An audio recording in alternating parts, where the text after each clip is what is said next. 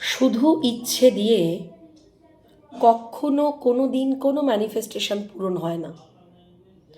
ইচ্ছের জায়গায় আপনার মধ্যে বার্নিং ডিজায়ার, জ্বলন্ত ইচ্ছে আছে কি না সেটাই কিন্তু স্থির করে দেয়, আর সেটাই ঠিক করে দেয় যে জীবনে আপনি কতটা মনের মতন জীবন বা ভীষণভাবে যে জিনিসটাকে পেতে চাইছেন সেটা ম্যানিফেস্ট করতে পারবেন কি না। একটা ছোট্ট গল্প বলি। একজন লেখক একদিন তার বন্ধুর বাড়িতে গেছেন এবং বন্ধুর বাড়িতে গিয়ে দেখছেন যে সোফার পাশে একটি কুকুর চুপটি করে বসে আছে। লেখক এবং তার বন্ধু দুজনেই অনবরত গল্প করছেন, করতে করতে শুনছেন মাঝে মাঝেই একটা কুই কুই কুই কুই করে আওয়াজ হচ্ছে। বেশ অনেকক্ষণ ধরে জিনিসটা চলছে। এটা দেখার পর লেখক তার বন্ধুকে বলছেন যে আচ্ছা, এই আওয়াজটা কোথা থেকে আসছে? তখন লেখকের বন্ধু লেখককে বলছেন, ওই তো আমার ওই পোষা কুকুরটা ওই আওয়াজটা করছে। কেন? বলল, ও যেখানে বসে আছে তার তলায় একটা ছোট্ট পিন আছে, পিনটা ফুটছে, ওর লাগছে, এবং যখনই লাগছে তখনই ও কুই কুই কুই কুই করে উঠছে। তখন লেখক জিজ্ঞাসা করলেন, তো ওর যদি লাগছেই তাহলে ও ওখান থেকে উঠে চলে কেন আসছে না? তখন লেখকের বন্ধু বললেন, হ্যাঁ, ও উঠে আসতে চাইছে, কিন্তু আবার ভাবছে না থাক, থেকে গেলেও হয়। ফলে ইচ্ছেটা সেই জোরালো ইচ্ছেতে পরিপূর্ণ হয়নি যে ওরে বাবা আমার প্রচণ্ড লাগছে, এখান থেকে আমাকে উঠে পালাতেই হবে। যদি সেই জ্বলন্ত ইচ্ছে হতো বা পিনটা যদি সাংঘাতিকভাবে লাগতো, ওকে বলতে হতো না, ও এমনিই পালাতো। আমাদের অবস্থাটাও কিন্তু এক্স্যাক্টলি সেম। আমাদের অনেক কিছুর ইচ্ছে আছে। আমরা একটা সুন্দর ফুরফুরে স্বপ্নের মতন জীবন চাই, আমরা একটা দারুণ গাড়ি চাই, আমরা দুর্দান্ত একটা লোকালিটিতে বাড়ি চাই বা ফ্ল্যাট চাই, আমরা বিদেশ ভ্রমণ করতে চাই, আমরা আইডিয়াল লাইফ পার্টনার চাই। কিন্তু সেই চাওয়াটা ওই নিজের কমফর্ট জোনের মধ্যে থেকে যতটুকুনি পাওয়া যায় ততটুকুনি হলেই হবে, তার বেশি প্রয়োজন নেই। এবং ওই কুকুরটার মতন হলে হয়, আর না হলেও চলে যায়।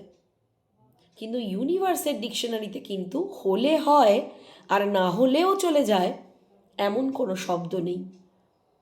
হয় হতেই হবে, না হলে হবেই না। মাঝামাঝি বলে কিন্তু কোনো জিনিস ইউনিভার্স বা ব্রহ্মাণ্ডের ডিকশনারিতে নেই, এবং ঈশ্বরের ঘরেও নেই। হয় ঈশ্বর আপনাকে কোনো একটা জিনিস পূর্ণভাবে দেবেন, নয় পূর্ণভাবে কেড়ে নেবেন। আর এই যে মাঝামাঝির যে স্টেটটা, অর্থাৎ ধরি মাছ না ছুঁই পানি, সবই হবে, কিন্তু আমি আমার জায়গা থেকে এতটুকুনি নড়ব না, আমি আমার কমফর্ট জোন থেকে বেরোবো না, আমি একেবারে দিন রাত এক করে পাগলের মতন কোনো একটা জিনিসের জন্য নিজের জীবন সমর্পণ করব না। অথচ আমি বাড়িতে ডাইনিং রুমে পা তুলে দিব্যি পপকর্ন খেতে খেতে, মুড়ি খেতে খেতে, সিরিয়াল দেখতে দেখতে, সিনেমা দেখতে দেখতে, নেটফ্লিক্স দেখতে দেখতে সব কিছু টপাটপ টপাটপ আমার কোলের ওপর এসে পড়বে, এরকম জীবন হয় না। ফলে যারা আমার ভিডিও দেখেন, যারা আমার ভিডিও ভালোবাসেন, যারা আমাকে ফলো করেন, ইভেন যারা আমার পার্সোনাল ক্লায়েন্ট এখন, আমি তাদের প্রত্যেককেই বলছি, আগে একটু ঠান্ডা মাথায় শান্ত হয়ে কোনো একটা জায়গায় 10-15 মিনিট বসুন, একটু ডিপ ব্রিদিং প্র্যাকটিস করুন, করে নিজেকে প্রশ্ন করুন যে আমি যে জিনিসটা চাইছি বলে দৌড়চ্ছি বা এগোচ্ছি, জিনিসটা কত প্রচণ্ডভাবে আমার চাই। এটাকে কিন্তু আবার অনেকে ডেসপারেশনের সঙ্গে গুলিয়ে ফেলবেন, গুলোবেন না। আমি ডেসপারেশন নিয়ে একটা আলাদা ভিডিও করব।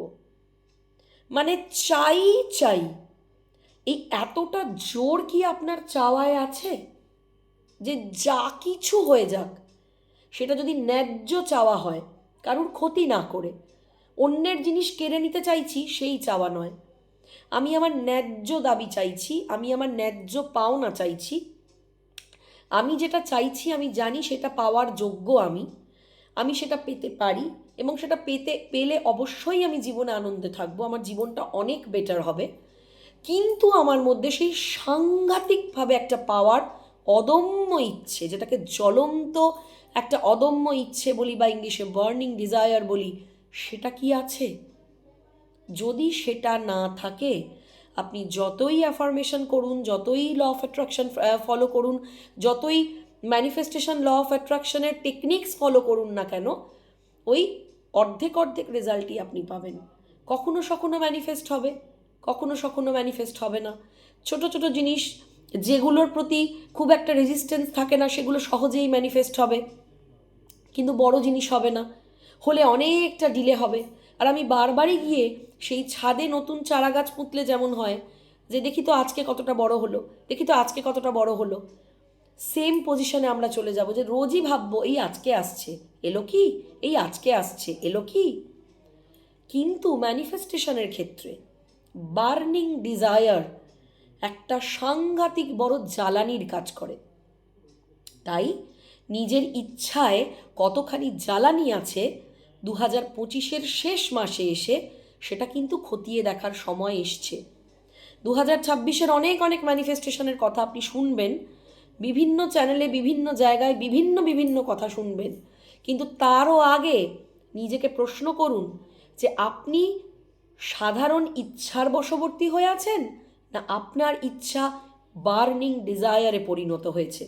একমাত্র বার্নিং ডিজায়ারে পরিণত হলেই আপনি সেই জিনিসকে অতি অবশ্যই যে কোনো মূল্যে, ন্যায্য দাবি থাকলে আপনি সেটাকে পাবেনই। কেউ সেই পাওয়া থেকে আপনাকে আটকাতে পারবে না। খুব ভালো থাকুন। চটপট দেখা হচ্ছে একটা নতুন ভিডিওতে।